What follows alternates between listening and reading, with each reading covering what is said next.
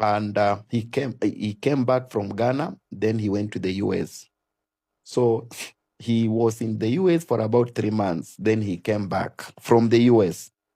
Then after coming back from the US, he had a very big meeting in Eldoret town. That was like a conference where there were so many people who attended that conference.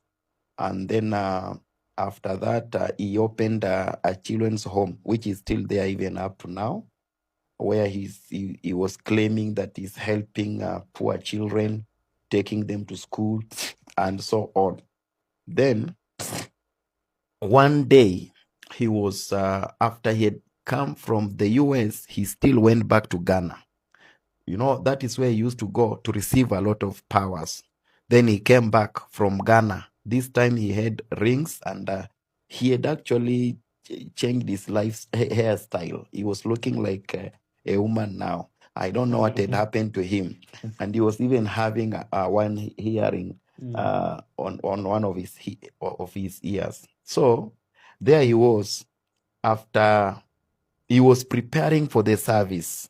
That is the story I'm now told. I had already left the church some few months.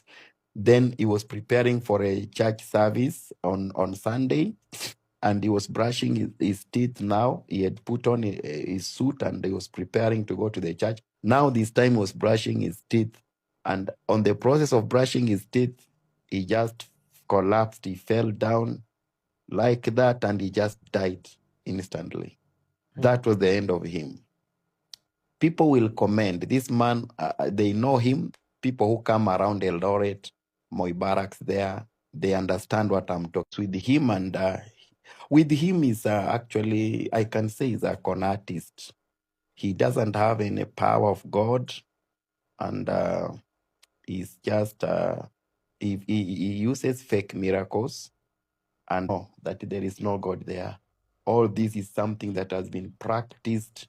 We have been on rehearsal. People that we like, there is another one I saw, and I said, "My brother, when did you become crippled? I saw you healed in that church." And he said, "Shut up." Shut up. You keep quiet. Mind your own business. So this church is still there even up to now. And the miracles are still there, but they are fake miracles. And sometimes he used to say, like, the choir. I remember the what happened to the choir. So the choir were told that the prophet will come, and when you are singing, the prophet will pass near you. Then when the prophet passes near you, fall down, all of you. You will get 1,000 bob each. My friend, who will not fall for 1,000 bob? For 1,000 shillings. Yeah. You will actually fall down. And so the choir is singing very well. And the church is packed. Visitors are there. So the prophet comes and passes by, and people in the choir fall down, all of them. Then the prophet says, sorry. Why have I passed here? Wow, sorry. I was not supposed to pass here. So you who does not know, this is a con man.